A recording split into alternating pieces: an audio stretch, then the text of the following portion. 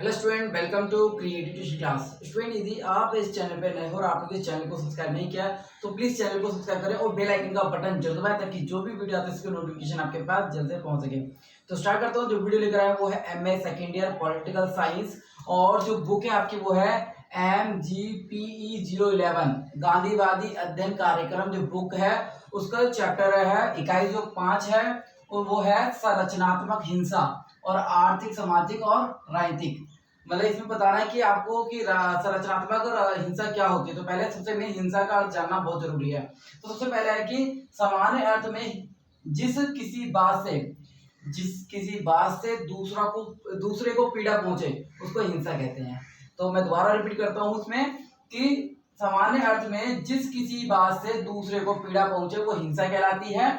और विश्व स्वास्थ्य संगठन की परिभाषा के अनुसार हिंसा स्वयं के विरोध की किसी अन्य व्यक्ति या किसी समूह द्वारा समुदाय के विरुद्ध शारीरिक बल या शक्ति का प्रयोग करना। संयुक्त राष्ट्र ने अपने अनुसार कहा है कि हिंसा वह है जिसमें एक तरीके से शारीरिक बल और शक्ति का प्रयोग किया जाता है, उसे हिंसा कहा जाता है।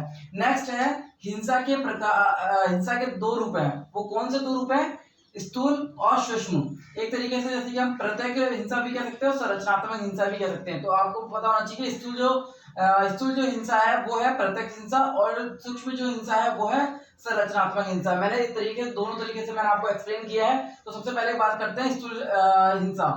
स्थूल हिंसा क्या होती है? प्रत्यक्ष रूप से दूसरे को पीड़े का कारण बनती है। मतलब ये क्या होती है? दूसरे का पीड़े का कारण बनती है, जैसे गाली गलौज करना, मारपीट करना और एक तरीके से मारपीट करना, हत्या करना, बलात्कार करना, ये सारे क्या आपके स्थूल हिंसा में आते हैं। नेक्स्ट है सूक्ष्म हिंसा। क्या होती है? दूसरों पर अपने विचार या मान्यता थोपना। सबसे मेन है दूसरों पर अपने विचार और मान्यता थोपना और किसी के अनुचित फायदा उठाना। मतलब किसी का अनुचित फायदा उठाना क्या कहलाता है?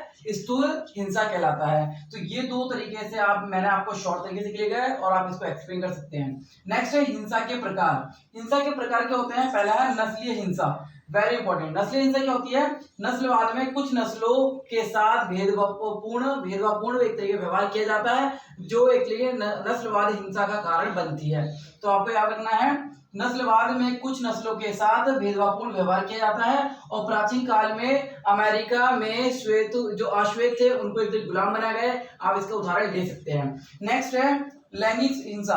विश्व के कई हिस्से में पितृसत्तात्मक व्यवस्था है। पितृसत्तात्मक व्यवस्था जो है वो लैंगिक हिंसा का कारण बनती है। इसमें क्या होता है? पुरुष जो होता है वो महिलाओं को एक तरीके से दबाकर एक रखने की कोशिश करता है और उसमें क्या होता है? खुद एक तरीके से बाहर के कामों को संभालने की कोशिश करता है और जो महिलाओं को एक तरीके से चार दीवारों के अंदर रखने की कोशिश करता है। तो इसमें एग्जाम्पल आप लिख सकते हैं। नेक्स्ट है धार्मिक हिंसा।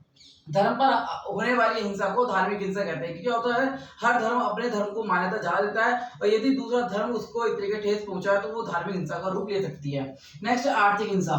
आर्थिक हिंसा क्या होती है? जब पैसे के मामले में दो या दो समूह के बीच लड़ाई हो जाती है या वो इकोनॉमी चीज कोई भी इकोनॉमिक चीज हो तो उसको लेकर लड़ाई होती है, उसको आर्थिक हिंसा कहते हैं।